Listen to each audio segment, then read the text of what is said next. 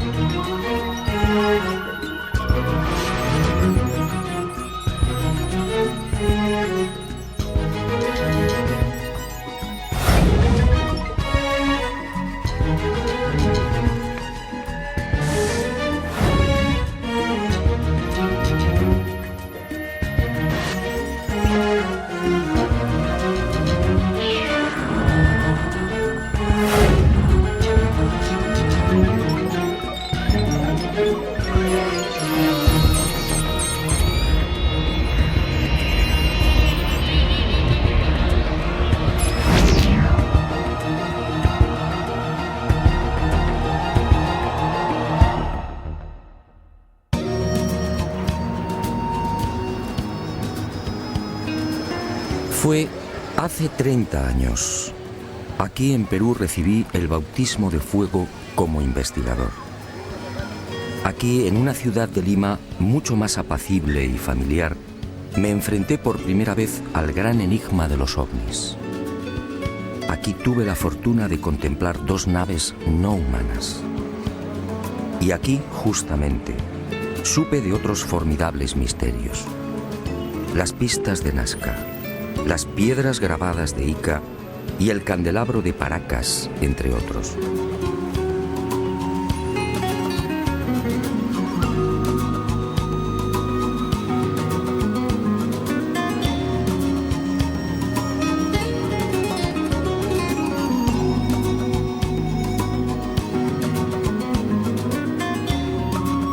Sí, es mucho lo que le debo al Perú.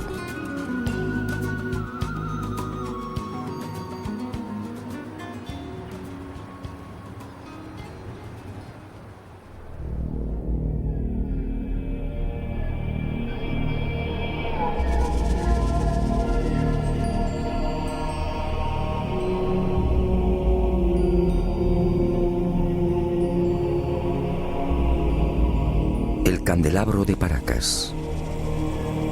Hace 30 años nadie supo darme razón del porqué de este gran tridente. Hoy la situación es la misma.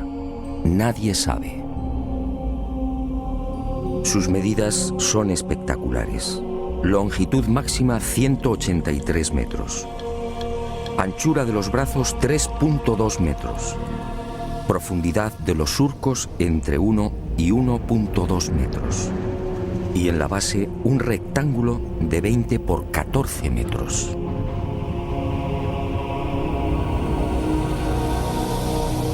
A simple vista la gigantesca figura parece elaborada con la técnica del vaciado. Alguien extrajo la arena y procedió a un férreo prensado de las paredes. Misteriosamente los fuertes vientos de la zona no han logrado borrarla. Y al excavar en los surcos surge una nueva sorpresa. A 10 o 15 centímetros, dependiendo del lugar, aparece una costra blanco-amarillenta de naturaleza cristalina, muy común en esta península. La deducción es inevitable. Hace cientos, quizá miles de años, la imagen del candelabro tuvo que ser distinta. En el pasado, esa blanca y pulida sedimentación lo haría brillar como un candelabro de plata. ¿Quién lo diseñó? No hay forma de datarlo. No existen referencias históricas.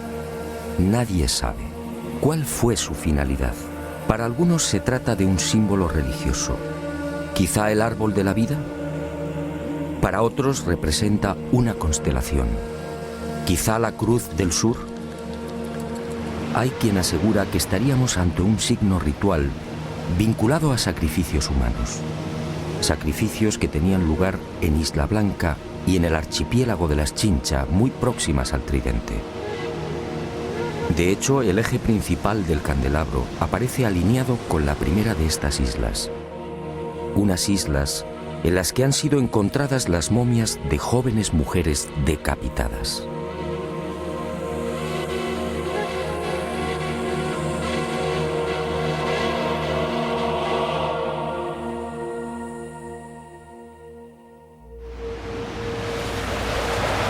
Para la mayoría de los estudiosos del candelabro, estas explicaciones son dudosas. Hay algo, sin embargo, en lo que todos coinciden. Por sus dimensiones y la estratégica ubicación sobre el acantilado, con una inclinación de 40 grados en relación al mar, el gran tridente parece dibujado para ser observado a distancia. En los días claros, la figura puede ser contemplada a 20 kilómetros. ¿Se trata, por tanto, de un especialísimo faro? ¿Estaríamos ante una señal indicadora? Sinceramente, no hay forma de saberlo. El eje central y principal del tridente señala al sur, exactamente al rumbo 180 grados. En otras palabras, es falso que el célebre candelabro de Paracas esté orientado hacia los míticos y sagrados lugares de Cusco, Machu Picchu, Tiahuanaco o Nazca.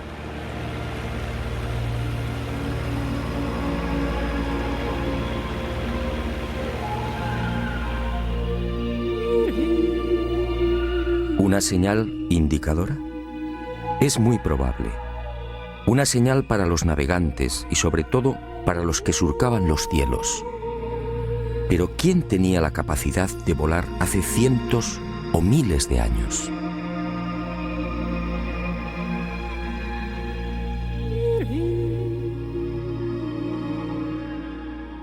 La pregunta parece absurda. ¿Quién podía volar en la antigüedad? Para la ciencia está muy claro. Ningún ser humano tenía la capacidad del vuelo hace miles de años. Yo, en cambio, no estoy tan seguro. Sígame y le mostraré algo desconcertante.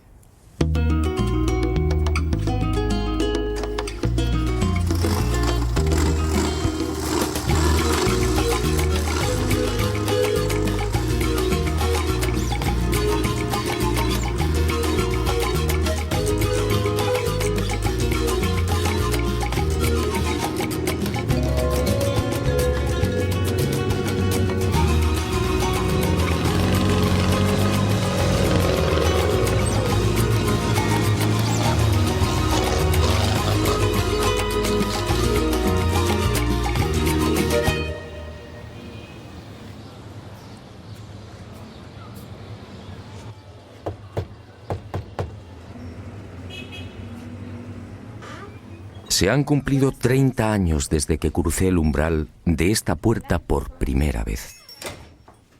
Fue entonces cuando conocí otro de los grandes enigmas del Perú. Otro misterio que sigue sin respuesta y que, en mi opinión, pudiera guardar relación con esa extraña pregunta. ¿Quién era capaz de volar en la antigüedad?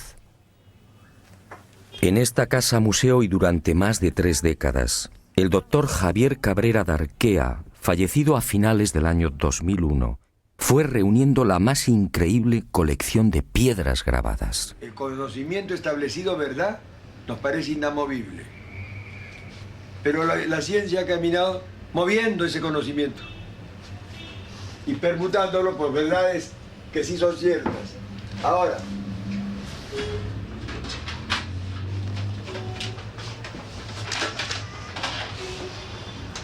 esos instrumentos que ha visto ahí. Ahí está. ¿Como de hueso, claro? Hueso humano, tibia humana. 11.000 piedras de todos los tamaños, con unos altorrelieves asombrosos. Toda una biblioteca lítica desenterrada en el vecino desierto de Ocucaje. Todo un tesoro arqueológico que, al parecer, le fue suministrado por los indios. Pero el doctor Cabrera murió sin que la ciencia reconociera su gran labor. Es verdad, sí. Y este es el... Lo mismo que salió en Japón, salió acá en Paracas. Ah, sí, es verdad, sí. Los seres que llevaban como una... En las piedras aparecen unos hombres realmente singulares. Son representados con grandes cráneos y con manos de 4 dedos, siempre sin pulgares. ¿Quiénes son estos seres?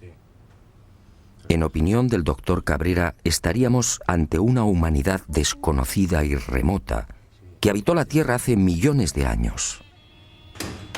Una humanidad, aseguraba el médico peruano, que alcanzó unos conocimientos y una tecnología extraordinarios, y por razones desconocidas desaparecieron.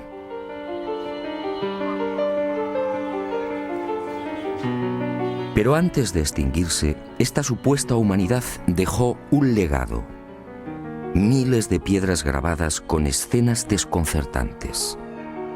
Según Cabrera, se trataría de una síntesis de su historia y de su sabiduría. Veamos algunas de estas increíbles secuencias. ¿Trasplantes de órganos? ¿Un trasplante de corazón en la antigüedad? ¿Una intervención en el cerebro?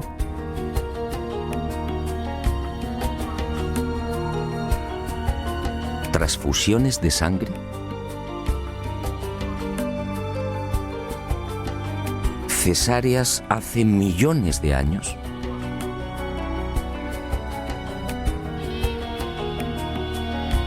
¿Representaciones de órganos humanos? ¿Hígados? ¿Corazones? ¿Riñones? ¿Cómo es posible?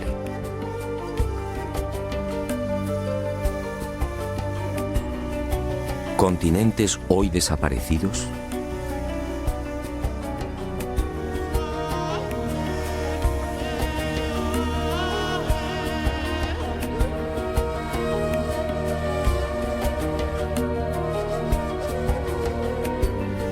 ¿Animales antediluvianos? ¿Grandes dinosaurios? ¿Hombres conviviendo con dinosaurios? ¿Hombres aniquilando a estos temibles reptiles? ¿Cómo es posible si estos animales desaparecieron hace 65 millones de años?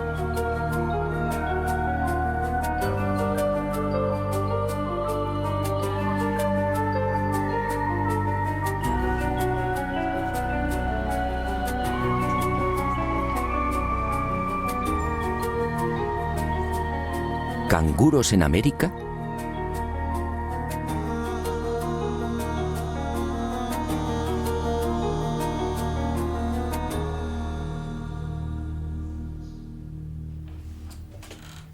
A lo largo de estos últimos 30 años, en las numerosas visitas a Ica y al desierto de Ocucaje, traté de descubrir el yacimiento del que supuestamente se extraían las piedras grabadas. Y a veces también se encuentran seguidas. Pero eso fue inútil. Ni los indios ni Javier Cabrera aceptaron mi propuesta. Era su gran secreto. Pero el destino me reservaba otra sorpresa. Muerto el doctor Cabrera, las circunstancias cambiaron.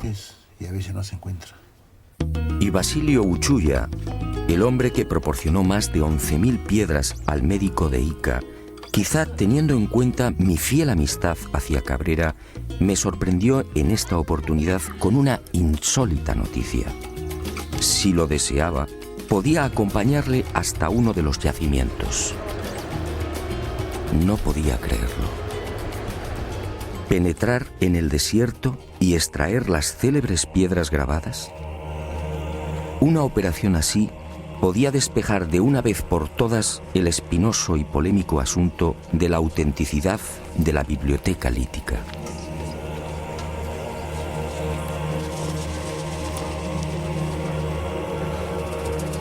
Eran las 08 horas de un caluroso miércoles 16 de enero del año 2002.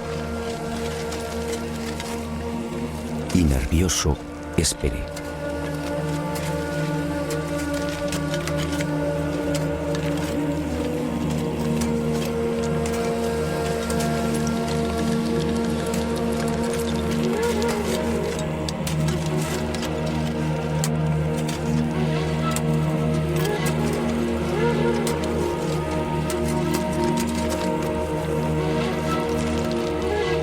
45 minutos más tarde, el corazón me dio un vuelco. Uno de los indios, Omar, detuvo la pala y señaló una piedra todavía semienterrada. Y observamos que el terreno está perfectamente apelmazado. Por tanto, es muy difícil que aquí haya habido algún tipo de manipulación previa. De momento, terreno completamente intacto, apelmazado. No podía creerlo. De manipulación. Ya cede.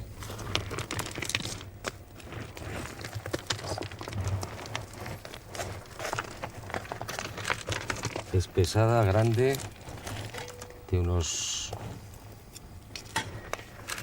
30 centímetros y probablemente de unos 5 kilos de peso por lo menos. Que le corta la cabeza. Al dinosaurio. Al dinosaurio. El dinosaurio con la desesperación pone la mano en el pecho y la otra la pone abajo. Eso es su pierna de él. Su otra mano que el indio corre a matarlo. Y a este primer hallazgo le siguieron otros. Los indios descubrieron nuevas piedras grabadas a razón de una cada 10 minutos. Es la tercera. Todas ellas, en apariencia, habían sido sepultadas mucho tiempo antes. La ha encontrado Omar, ¿no? Sí. Omar. Sí. Y vamos a proceder a la extracción. Volvemos a insistir, terreno completamente apelmazado, que no se ha tocado evidentemente pues en muchísimo tiempo.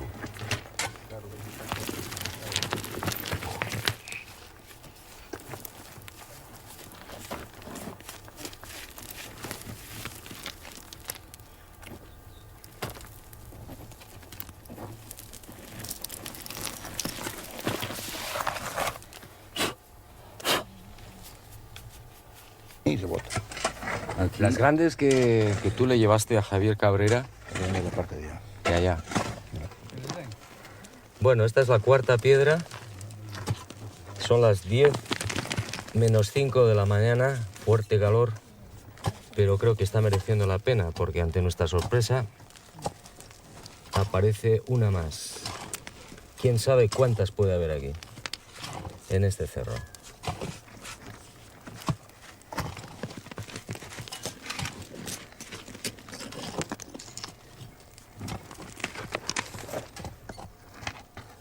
Hoy, 16 de enero del año 2002, a las 10 de la mañana, en pleno desierto de Ocucaje, Basilio Uchuya ha accedido a llevar por primera vez a un equipo de televisión hasta uno de los yacimientos de las célebres piedras grabadas de Ica. Y nos hemos llevado la gran sorpresa. En 40 minutos han conseguido extraer 4 de estas misteriosas piedras. Este, sin duda, es un momento histórico. Aquella experiencia, sinceramente, me dejó perplejo. Y sentí una extraña alegría. En cierto modo, esta primicia mundial venía a compensar muchas de las amarguras sufridas por el doctor Cabrera. Y brindé por él y por la valentía y coraje que demostró en vida. Pero este importante hallazgo solo era el principio de una nueva investigación. Ahora debía someter estas piedras a toda una batería de minuciosos análisis. ¿Se trataba de grabados antiguos? ¿Estábamos ante una humanidad perdida y remota? Y el enigma de Ica se oscureció mucho más. ¿Quién podía volar en la antigüedad? En la biblioteca lítica de Ica aparece grabado con nitidez: hombres prehistóricos volando sobre grandes pájaros. ¿Los domesticaron? ¿Se trata de gigantescos reptiles voladores? ¿Y qué decir de estos pájaros de aspecto mecánico? ¿Qué quisieron representar? El cuerpo humano. Entonces, un momentito. Ni qué decir tiene que la arqueología oficial no acepta las teorías y conclusiones del doctor Cabrera Darquea. Para la ciencia, la humanidad, nuestra humanidad, es la única. Y ceñidos a esta premisa, los arqueólogos peruanos se niegan incluso a examinar las piedras grabadas. Poco importa que los informes solicitados en su día por el doctor Cabrera a diferentes laboratorios revelen una misma y antiquísima pátina en la totalidad de las piedras. Que es curvo, que es limitado.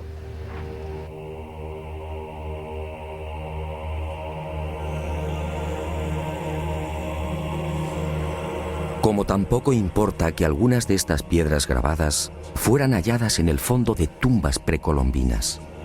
Este fue el caso del rector de la Universidad de Ingeniería de Lima, Santiago Agurto, quien en 1961 descubrió 4 de estas piedras en otras tantas tumbas al sur de Ica.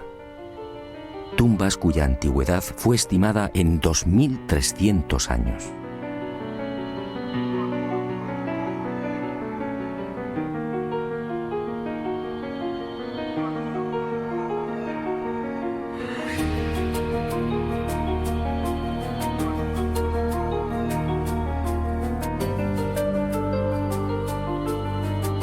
A mi regreso a España, como dije, varias de las piedras grabadas desenterradas en mi presencia fueron enviadas a 5 laboratorios pertenecientes a 4 universidades españolas y una canadiense.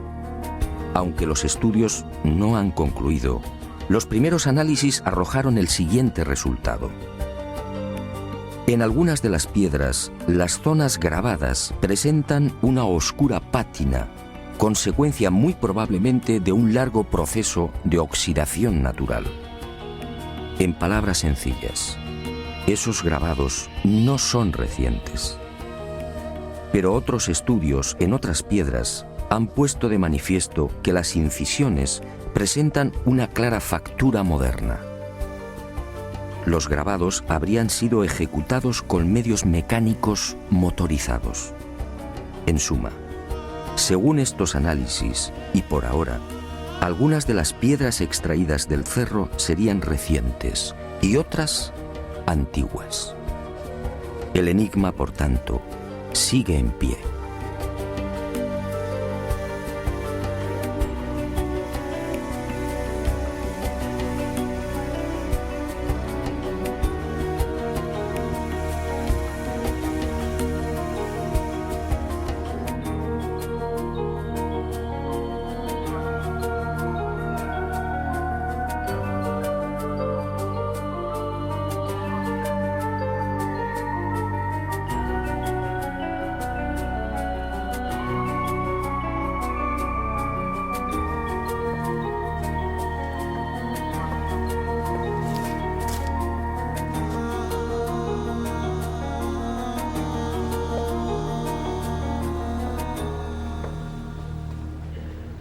Sea como fuere, lo cierto es que los antiguos peruanos parecían obsesionados con el hecho de volar.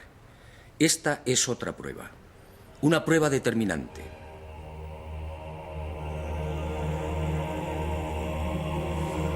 Huaco perteneciente a la cultura mochica, según los expertos fabricado hace 2000 años. Un hombre con alas. Unas alas claras y nítidas, sujetas al pecho con sendas correas. Para los arqueólogos se trataría de una especie de mensajero.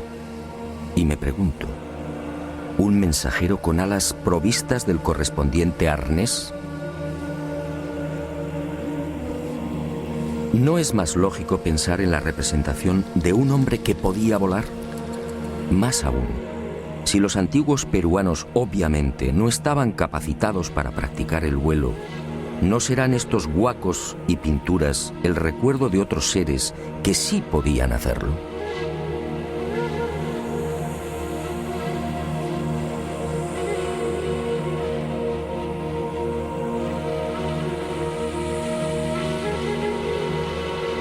Dioses que sobrevolaron el Perú y que marcaron para siempre la memoria de los primitivos pobladores.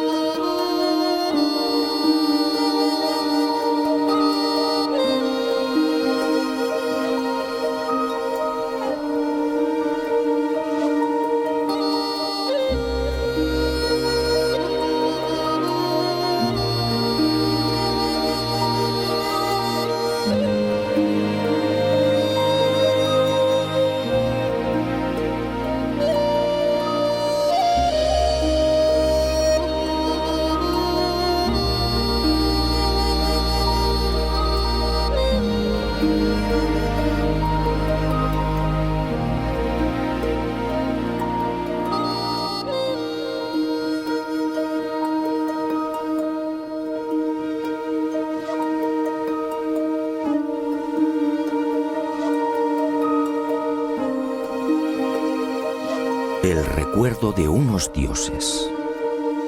Quizás sea esta la explicación a las célebres y siempre fantásticas líneas y pistas que podemos contemplar en la desértica pampa de Nazca. Cientos de líneas kilométricas, cientos de pistas que asombran y confunden. Cientos de figuras dibujadas en un paño de casi 600 kilómetros cuadrados, estratégica y misteriosamente concentradas en las pampas y cuencas de Jumana, Santa Cruz, Río Grande, Palpa, Ingenio y Nazca.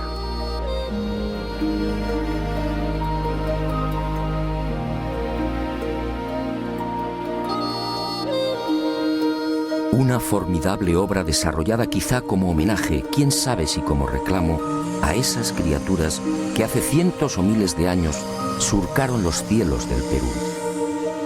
Los hombres alados, dioses capaces de volar, seres superiores gobernando extrañas y luminosas máquinas, dioses que prometieron volver. Y los hombres, ansiosos, plasmaron sus deseos en la tierra, dibujando grandes figuras, unas figuras solo visibles desde el aire, unas figuras mitad oración, mitad grito.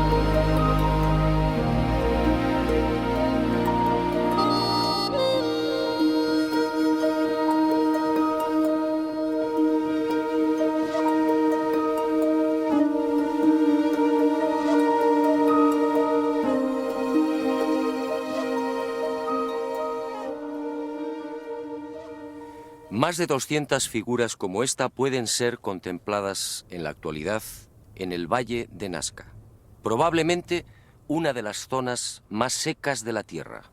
Aquí no llueve nunca, o casi nunca. La corriente de Humboldt en las costas del Pacífico, 3 grados por debajo de la temperatura del aire, es la responsable de esta extrema aridez. El índice de precipitaciones es realmente angustioso, apenas 1 centímetro cúbico al año. Y esas pocas gotas de agua se reparten en unos 30 minutos cada 2 años.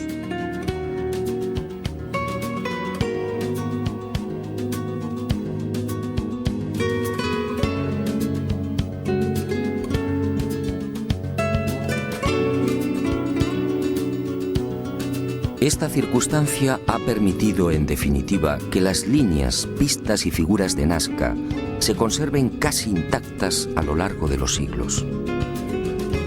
Y a la ausencia de lluvias hay que añadir también otro interesante y peculiar factor que ha preservado casi milagrosamente la integridad de este tesoro. Los guijarros de la pampa, sometidos durante el día a fuertes temperaturas, acumulan el calor, creando una especie de colchón que aísla la superficie del terreno y sobre el que se deslizan vientos y arenas.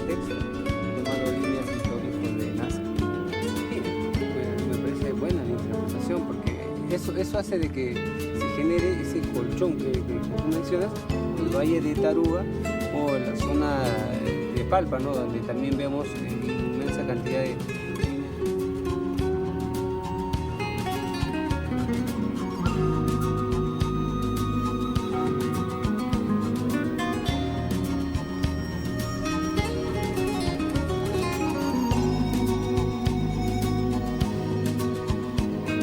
Amparados en estos dos importantes hechos, los creadores de las figuras hipistas solo tuvieron que proceder al barrido de la pampa para formar los dibujos.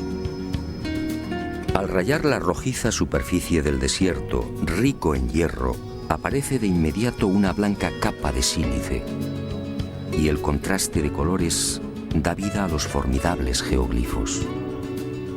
Los últimos estudios de datación, en especial los llevados a cabo por Percy Clarkson y Harry Hurton de las universidades de Winnipeg, en Canadá, y Nueva York, respectivamente, fijan la antigüedad de estos geoglifos en unos 500 años antes de Cristo.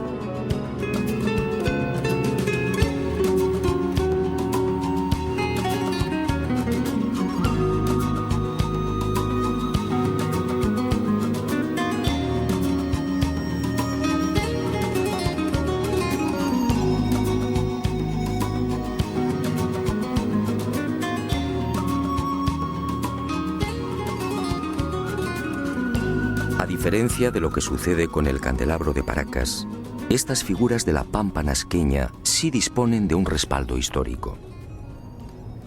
Cieza de León, que acompañó a Pizarro por el Perú a finales de 1537, fue testigo de excepción de estos signos. Así los califica. Signos en algunas partes del desierto que circunda Nazca. Y añade en sus crónicas que dichos signos eran tomados como caminos a seguir por las comunidades indias.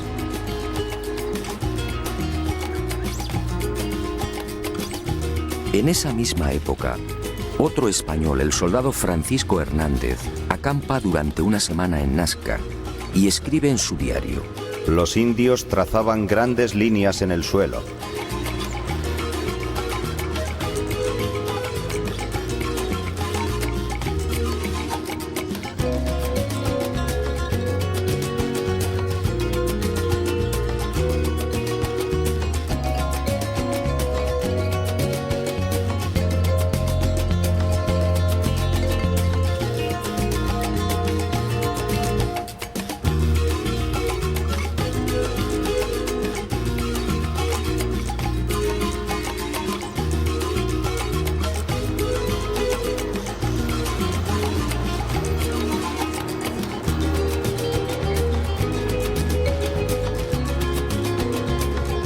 Años después, en 1586, el corregidor Luis de Monzón se dirige al virrey Toledo y le relata la siguiente historia.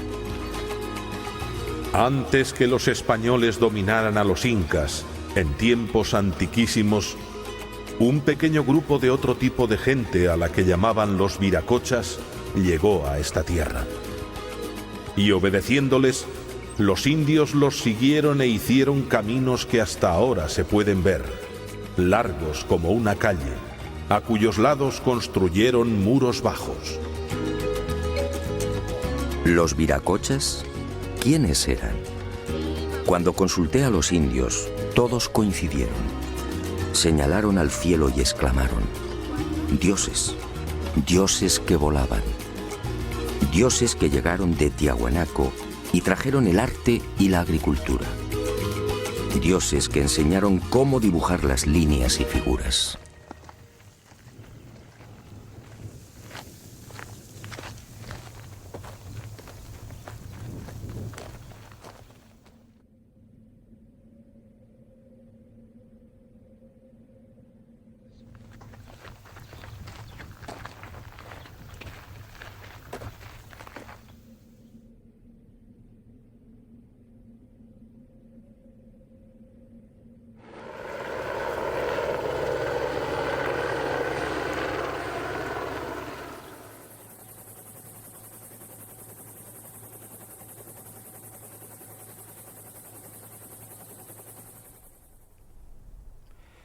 Pero además de estas célebres figuras, los antiguos pobladores de La Pampa crearon otros símbolos no menos misteriosos.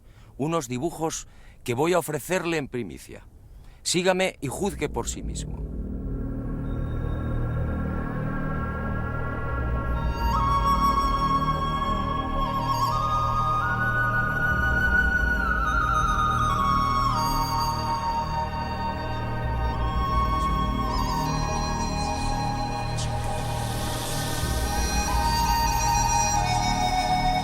Al norte de la ciudad de Nazca, a poco más de 25 kilómetros, y entre los resecos arenales de Palpa, Ica y Ocucaje, este planeta encantado nos reserva otra sorpresa.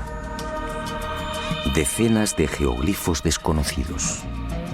Alrededor de 300 figuras similares a las de Nazca, que nunca fueron filmadas.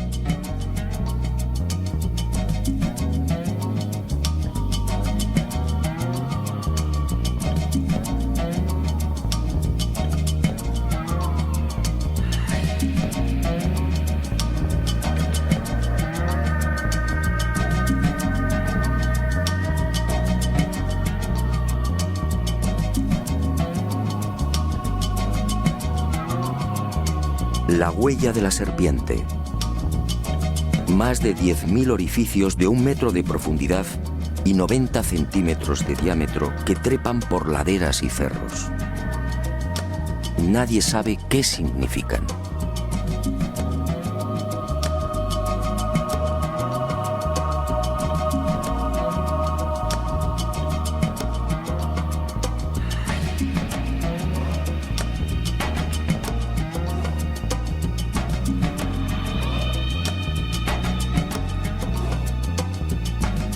Lo que algunos llaman la tarjeta perforada. Otra enigmática sucesión de puntos en forma de aspa, excavados a lo largo de 15 columnas o líneas paralelas. ¿Se trata de un sistema de navegación aérea? Nadie lo sabe. El gigante de cabeza cuadrada. Otro ser enigmático coronado con plumas o antenas. Una figura antiquísima, probablemente de mayor antigüedad que las de Nazca, que levanta los brazos mostrando unos objetos igualmente desconocidos. Y en las laderas de los cerros próximos, nuevos gigantes. Seres que parecen saludar a quienes se acercan por el aire. Y en Pozo Santo y en el cerro de Cabeza Larga, más señales. Figuras geométricas incomprensibles, individuos gigantescos con enormes cascos, felinos, aves desconocidas para la ciencia.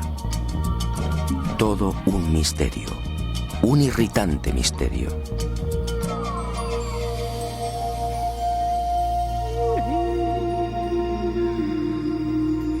Y al igual que en el Valle del Ingenio, más líneas y pistas, cientos. Pistas de hasta 14 kilómetros.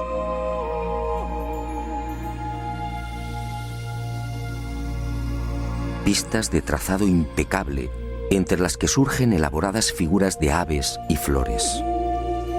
Imágenes que lamentablemente, como dije, están siendo destruidas por la mano del hombre. Y en el calcinado arenal de Ica, otro desafío. Esta figura fue descubierta en 1984 por los pilotos de Aerocóndor en la hacienda San Javier. Desde entonces recibe el nombre de la Estrella de San Javier. Mide 64 metros de diámetro y constituye sin duda el más arduo de los jeroglíficos. ¿Qué significa la Gran Cruz central? ¿Cómo debemos interpretar los 200 orificios y las decenas de líneas que unen los círculos? ¿Estamos ante un mensaje matemático?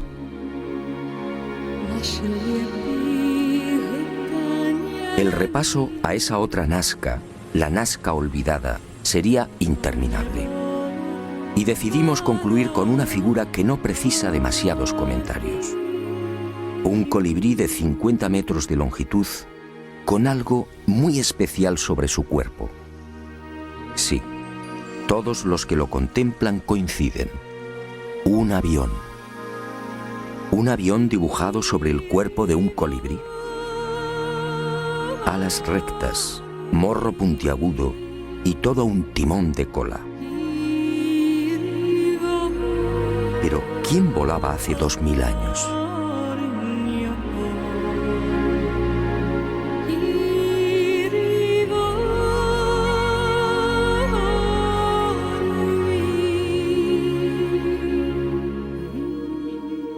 El enigma de Nazca ha cumplido 75 años.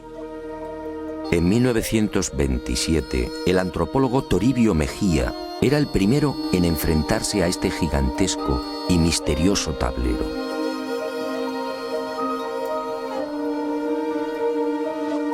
Después sería redescubierto por toda una legión de expertos. Para Kosok, por ejemplo, estas figuras eran la representación de las trayectorias del Sol, de la Luna y de los planetas. En otras palabras, el mayor libro de astronomía del mundo. Para Maria Reiche, la matemática alemana que dedicó su vida al estudio de la Pampa, se trataba de un calendario. Un formidable calendario en el que las figuras reproducían constelaciones y las líneas marcaban solsticios y equinoccios. Gerald Hawkins sometió esta teoría de Reiche a las computadoras y comprobó que la hipótesis del calendario era falsa. Para el explorador inglés Tony Morrison, las líneas son caminos, senderos sagrados que unirían templos. Pero, ¿dónde están esos supuestos templos? Otros, como Jim Gutman, están convencidos de que los antiguos pobladores del Perú llegaron a fabricar y utilizar globos aerostáticos. Así, dicen, diseñaron las figuras. Dobkin de Ríos y Cárdenas van más allá y apuntan una explicación tan poco convincente como las anteriores. Según estos científicos, las figuras de Nazca no serían otra cosa que el resultado de la ingestión de alucinógenos por parte de los indios. William Isbell, en cambio, afirmaba en 1980 que estos geoglifos fueron la consecuencia de un simple entretenimiento, un procedimiento para mantener ocupada a una gran masa de población.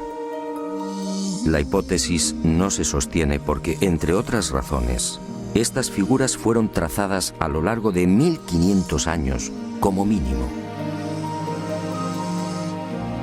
Henry Sterling llegó a proponer una explicación que obviamente fue desestimada. Los geoglifos de Nazca, escribió, son en realidad un gigantesco telar. Y recientemente se ha puesto de moda otra versión que tampoco termina de convencer. Según el hidrólogo Stephen Mabey y el arqueólogo Donald Prulls, estos cientos de imágenes serían simples marcadores de aguas subterráneas. El problema que hace tambalear los informes de estos científicos de la Universidad de Massachusetts es que de las 500 figuras existentes en los desiertos peruanos, solo 5 coinciden con napas o mantos de agua subterránea. Solo 5.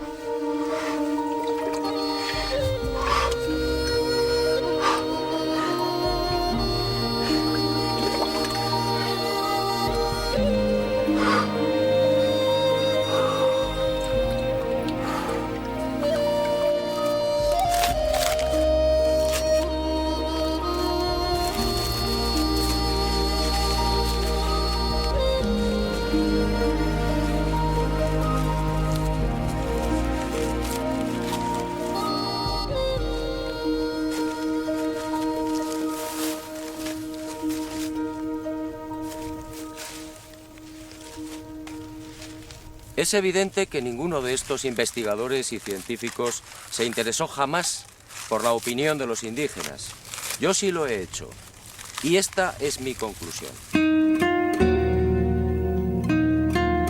La tradición peruana dice: hace mucho tiempo, sobre esta pampa descendieron unos seres que podían volar. Fueron los viracochas, los dioses llegados del este. Unos hombres buenos que trajeron la paz, la concordia y el progreso. Y fueron esos dioses quienes dibujaron las primeras líneas y figuras. Después, nosotros, los hijos de los viracochas, seguimos su ejemplo y aprendimos a dibujar en la arena. Ellos lo verán algún día y regresarán, y regresarán, y regresarán, y regresarán, y regresarán, y regresarán, y regresarán, y regresarán, y regresarán.